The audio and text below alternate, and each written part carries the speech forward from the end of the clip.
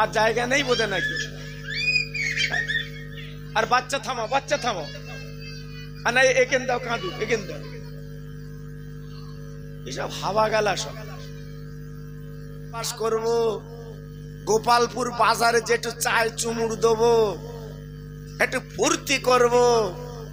আপনি জানেন আপনার ভবিষ্যৎ কি হবে? জানেন না। আল্লাহর নবী, রহমতের নবী, আমাদের মা জননী আয়েশা সিদ্দিকা রাদিয়াল্লাহু তাআলা আনহা একদিন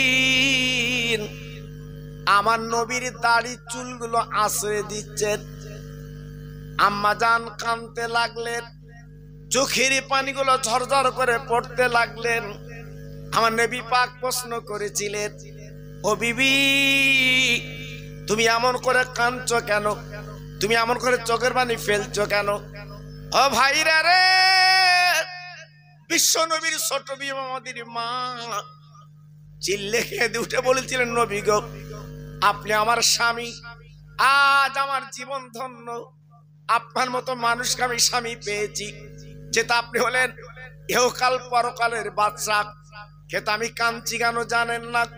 আমি আপনার দাড়ি চুল আঁচড়ে দিয়ে দেখেছি, আপনার দাড়ি থেকে 19টা গুনি গুনি দেখেছি চুল পেকে গেছে। আপনি বুড়ো হয়ে গেছেন, আপনি দুনিয়াতে চলে যাবেন, বিদায় নেবেন। আমি স্বামী বলে কারে ডাকবো? ও ভাইরা, বাবাজিরা গো, আমার দয়ার নবী গলাখানা জড়িয়ে বলেছিলেন, বিবি রে, তুমি এমন করে আজকের আমার দাড়ি চুল পাকা মনে করে বুড়ো মনে করো না। ও বিবি, আমার কবরের কথা মনে হয়েছে, তা আমি ঝরঝর করে কাঁদতে লেগেছি। আমি কাঁদছি, চোখের পানি ফেলছি। ও ভাইরা রে, বিশ্ব নবীর বিবি ডেকে বলেছিলেন, স্বামী গো,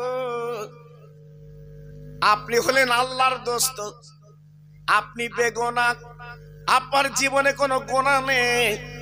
আপনি তো কবরের চিন্তা কেন করবেন? আপনার কবরে তো কিছু হবে না, আপনি কবরের চিন্তা করছেন কেন? আমার নবী পাক বলেছিলেন, বিবি গো, আমার কবরে কিছু হবে না, এটা আমিও কিন্তু জানি। ও বিবি, আমার দাড়ির চুল পেকে যাচ্ছে কেন তুই বুঝবা না? আমার গুনাহের উম্মত উম্মতানিরা, তারা গাড়ি করবে, বাড়ি করবে, তারা দুনিয়াদারি করবে, বাবা সংসারের মতো হবে, কিন্তু কবরের কথা ভুলে যাবে। কিন্তু কঠিন আযাব হচ্ছে কবর, ওই কবরে কি করে থাকবে ওই চিন্তা করে আমার দাড়ির চুলগুলো পেকে যাচ্ছে রে। কি বুঝলেন?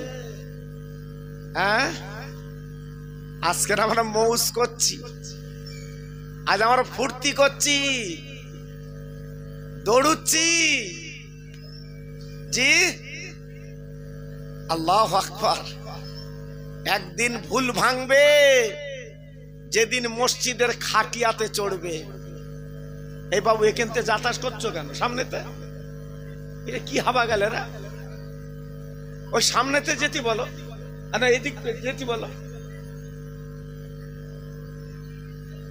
আর জায়গা নেই বোধে নাকি। আর বাচ্চা থামো, বাচ্চা থামো। আর না এখান দাও, কাঁদু এখান দাও। একটু তাকবীর দিচ্ছি বাবা, একটু জোরে সোরে আওয়াজ দাও। শয়তান পালাক, কি তাই না?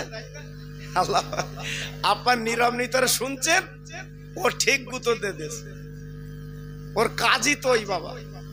জি, সবাই একটু প্রাণ খুলে আওয়াজ দেন, আল্লাহর নাম নেন। আল্লাহর বাড়ি আমাদের প্রত্যেকে যেতে হয় বাবা, কেউ রেহাই পাবে না।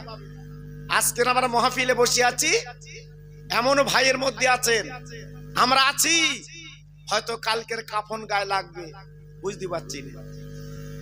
জি, এজন্য বলছি, একটু ঠান্ডা মাথায় চিন্তা করে দুনিয়া করুন। জি, একটু চিল্লে আওয়াজ দিয়ে আল্লাহর নামটা নেন। তবে আমার বুড়ো বুড়ো বাপ, একটু আসতে লাও, তোমাদের বেলা গড়িয়ে গেছে, তোমরা যেন জোর দিতে যেও না, সে কাল তোমরা হারিয়ে ফেলেছো বাবা। জি, হ্যাঁ, না এই কোমনে বন্দুক মেরতিস তুই, সর যা করে চলে যাবি। আল্লাহু আকবার। যত ঝামেলা আমি উঠলি, ওদের যেন বারগা লাগে। জি আল্লাহু আকবার। জি আল্লাহ কবুল করুন, ভালো হোক, আস্তে আস্তে হবে ইনশাল্লাহ। জি তো আমি আপনাদের কাছে বলতে চাচ্ছি